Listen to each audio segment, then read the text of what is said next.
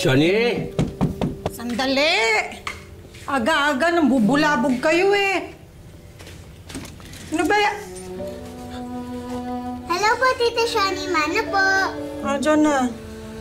Jepoy. Kuya Raul, ba't kayo nandito? Hindi man lang kayo nagpasabi.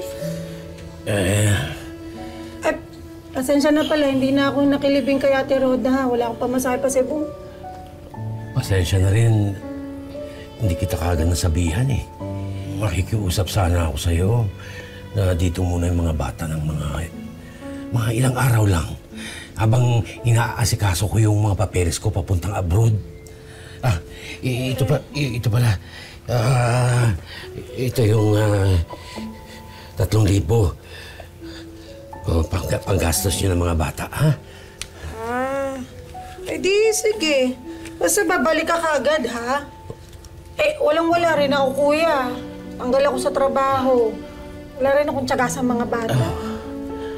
Oo, babalik kagad ako. Iwan ko muna kayo dito kay Tita Shoni ninyo, ha? Huwag niyo bibigyan ng sakit ng ulo yun, ha? Sige.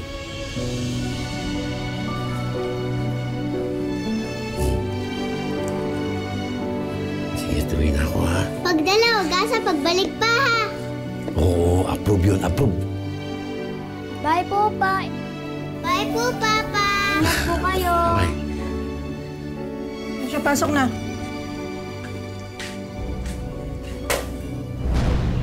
Ano ba yan?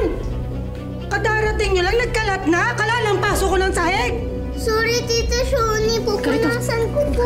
Pupunasan po mo na. Halika rito. Perwisyo ka? Ha? Tita Shoni! Tama na po! Tama na po kayo sa kapatid ko! Ako na lang po saktan niyo! Sige. Yan, sige. Tita Shoni, tama na po! Tumigil ka dyan. Ano pa talaga babalik si Papa?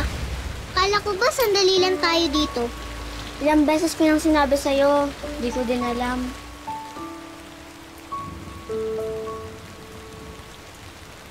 Dili na ba tayo maka-eskwela, kuya? Ayaw ka bala ka. Maka-eskwela, lalaki ka. Di ba nga nagtatrabaho tayo? Bumalik man siya o hindi, mag-iipon ako para makapag-aral ka.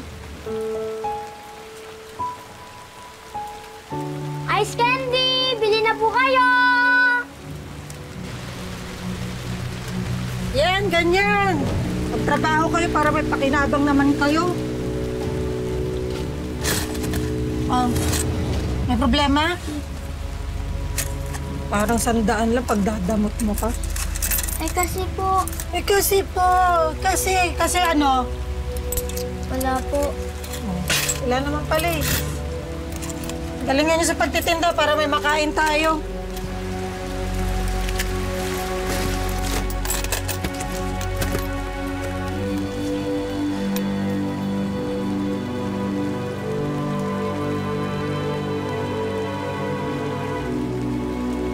Maraming salamat sa pagsama sa ating istorya sa Tadhana. Nakaka-relate ka ba sa ating mga bida? Nako, i-comment mo na yan para sa iba't ibang kwento na punong-puno ng pag-asa at inspirasyon.